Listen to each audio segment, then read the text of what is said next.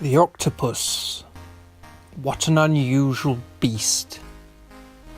The eight-legged mollusk of the deep, capable of great intelligence, utilising observational learning, undoing jars, catching objects, escaping their man-made environments, and sometimes predicting football results, especially in the case of psychic cephalopod Paul and his efforts in the 2010 World Cup. With such godless wizardry as this, it's no wonder that some suspect that they are from space. Since Paul's efforts at the beginning of the decade, we've had everything from pigs to cats attempting to crack the international football prediction code at every major tournament, to varying degrees of success. I went for a more balanced and logical route when I did it at the beginning of the tournament, using the mathematics and statistical nous of the three most popular video games in the world. But which one would come out on top?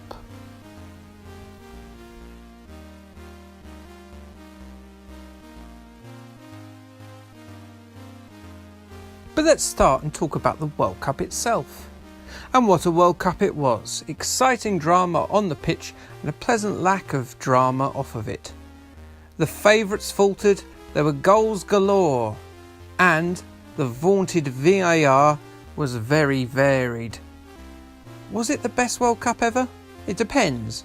In terms of football quality rising to the top, it didn't really happen, with teams like Russia, Croatia and England capitalising on the disappointment of the big nations such as Germany, Spain, Portugal and Brazil.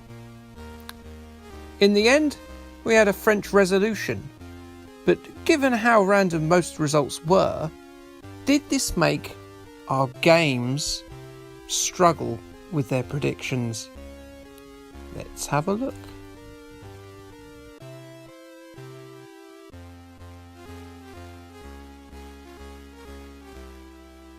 The rules were simple. Each game, along with myself and the most popular predictions of football journalists and experts countrywide, would each make 3 predictions about the World Cup. The top goal scorer, the point England would be eliminated, and of course the eventual winner of the 2018 World Cup. With no gameplay interference from myself, I would select England and allow each game to play itself until England's involvement ended and the winner was crowned. Setting up Pro Evolution Soccer 2017 proved pretty straightforward, with only minor editing to be done. With 1995 Sensible World of Soccer and surprisingly the latest edition of FIFA, I did encounter a fair few problems with getting the action onto the screen. Now we're at the end of the tournament, we can all see how it panned out. Each prediction is awarded with a score out of 5, with 5 being dead accurate. So, for instance, if a game predicted England to reach the semi-final, it would get 5 points. If they predicted a first round exit, then that prediction was 3 stages wrong and so would get just 2 points. The winning game, or of course people or person, will be crowned King Daddy Octo Dude Soothsayer until sometime when a better name is thought of, which it won't ever. So here are the facts that we know of from this year's World Cup. France won. Harry Kane surprisingly took home the Golden Boot, and England overachieved and got as far as the semi-final. I still don't believe it. Do you?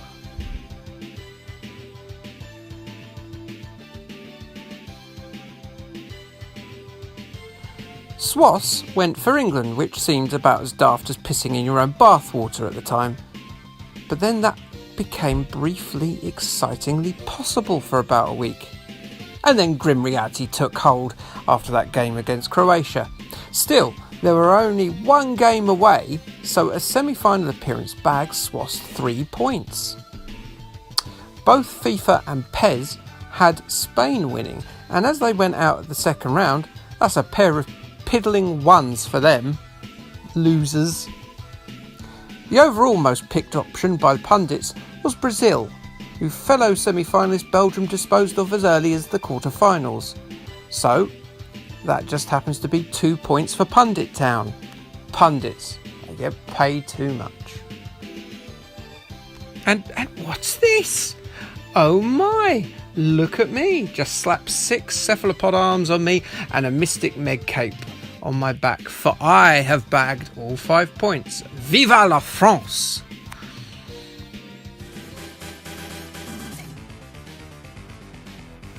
The top goal scorer then. Sensible World of Soccer had Kevin Gamero standing and Pelé in training Kylian Mbappe scoop the top prize here. And with 4 goals, he wasn't far away. However, his 0 assists added to his 4 goals saw Mbappe finish joint 4th, and that bags Team SWOS just 2 points. I reckon perhaps in the next World Cup they'll be even closer. Pro Evolution Soccer went for long-necked self-enthusiast Cristiano Ronaldo, who after bagging 3 against Spain in the second day of the tournament looked a dead cert to win this. Alas for Ronaldo and his fans such as himself, he shared joint 4th with Mbappe with his 4 goals and no assists. That's 2 points for you, Pro Evolution Soccer. FIFA plumped for Uruguay man Edinson Cavani, who popped up with 3 goals before succumbing to injury before that crucial quarter-final against France. With no assists, he entered his participation in joint 8th, meaning FIFA scores 0. Sorry FIFA. The pundits fancied the chances of theatrical rollerbouter-in-chief Neymar, and sadly for them he will always be remembered at Russia 18 for his injury feigning, then his 2 goals and his 1 assist. That's 0 points for the pundits. And would you look at this? It's Antoine Griezmann there with his 4 goals and 2 assists. He finished 2 goals and an open-mouth gawp behind England's captain and superhero Harry Kane, meaning he finished 2nd in total, bagging me 4 points.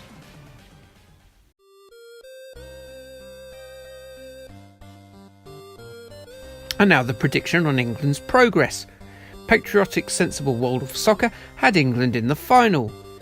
Well, they didn't quite make that thanks to Croatian resolve, but they got pretty damn close. That's 4 points for you, sensible World of Soccer, you queen-loving goat. Pro Evolution Soccer, well bloody done, mate. 5 points are yours for a semi-final exit. We didn't get that awesome 3rd place playoff performance, but who gives a Stoats bollock about that match, eh? Whereas Pez and SWOS were all full of assurance about Southgate and his team and their worth to this World Cup, FIFA was one downbeat Derek, predicting a first round exit for the trio of Lions. A mere 2 points for your dismal attempt, FIFA 18 World Cup edition. The pundits, they went for the safe quarter-final exit, and they weren't far off. A good result for the pundits? 4 points. I was almost as downbeat on our chances as FIFA was, fearing a last 16 exit to Colombia. And then we went and bloody won a penalty shootout. So that's 3 points for me. And so we move on to the final table, which has FIFA bringing up the rear, followed by the pundits, then Pro Evolution Soccer, then ancient kickabout simulator SWOS being the champion of all the games. What a surprising result. And then finally me, yes me, as King Cephalopod Smarty Pants 2018. I came up with a better name for the winner. I'd like to thank my mum, my dad, my gran, Waterloo Station, and of course the bucket of Vindaloo. Oi. I strongly suspected that FIFA 18 or the pundits would win this, and I'm wonderfully happy that I was wrong about that. What an excellent World Cup of unpredictable results and shocks left, right and centre. It may not be the best World Cup of all time, but it's certainly one of the most entertaining. And that's the end of this long procedure. We finally got to the end. Let's wait another 4 and a bit years, because it's going to be in winter. And that's the end of this. Okay, thanks, bye! Look, it's Gary Cahill!